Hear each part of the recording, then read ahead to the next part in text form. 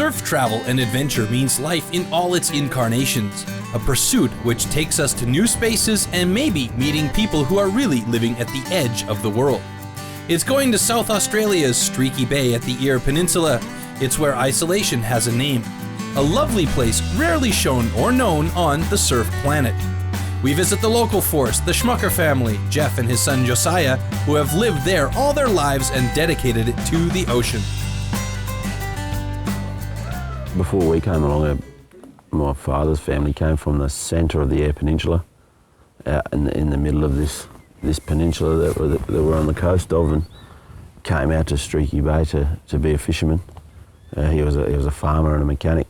Came to Streaky to be a fisherman, married one of the local girls she was already third generation after her folks' grandparents pioneered out here back in the pre-war days.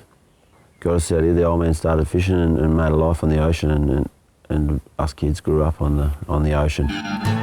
They certainly live off the aquaculture at Streaky Bay. No wonder. At more than 366 kilometers long, it's the most spectacular coastline on the Australian Bight.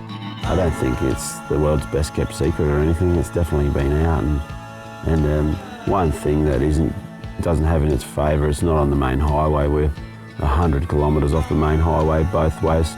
The closest city is Adelaide, and it's an 8-9 hour drive by car, and the next closest city is almost probably Perth at 2,500 kilometres and 24 hours drive. Just because we don't have overnight stays of people travelling across Australia, I think has probably slowed the spread of the beauty of this place.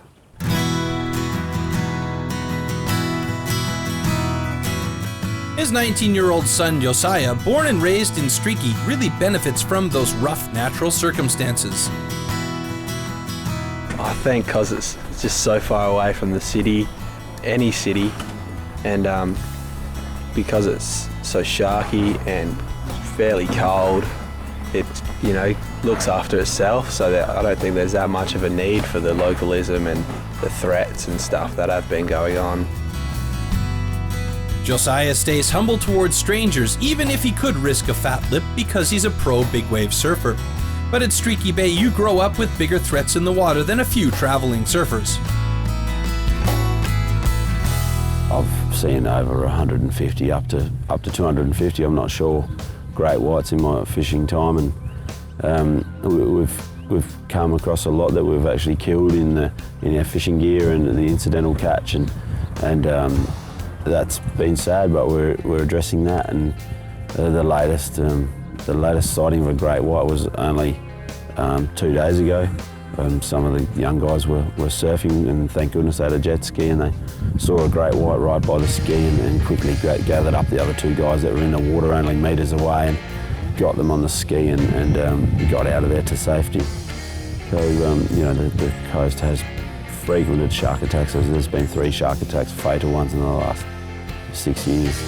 But even for the locals like Josiah, there's still a mystical adventure to find, knowing that what happened along the way is as important as what lay at the destination.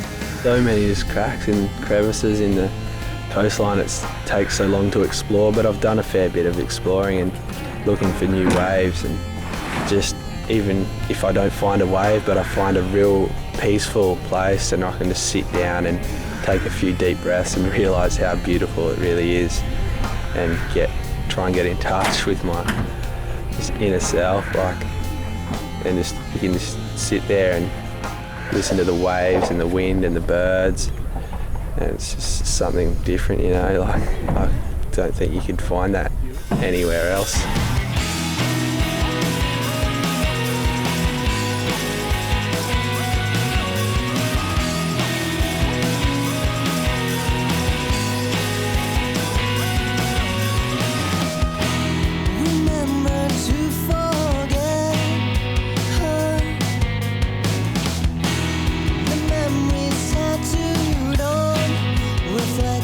Surfaces, scars only, beauty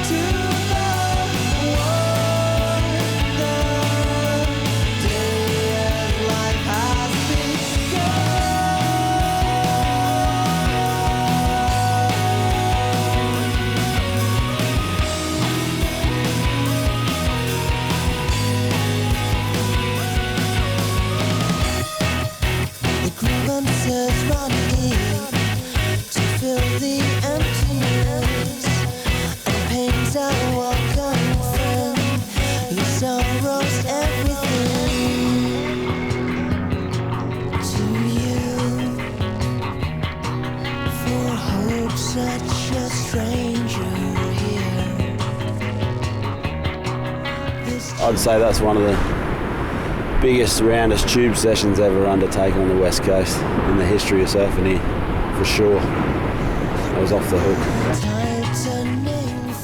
Adventures on the Edge is a celebration of life on the road and from the edge. Because at the end, it doesn't matter how you get out and ride a wave, as long as you get out and ride one.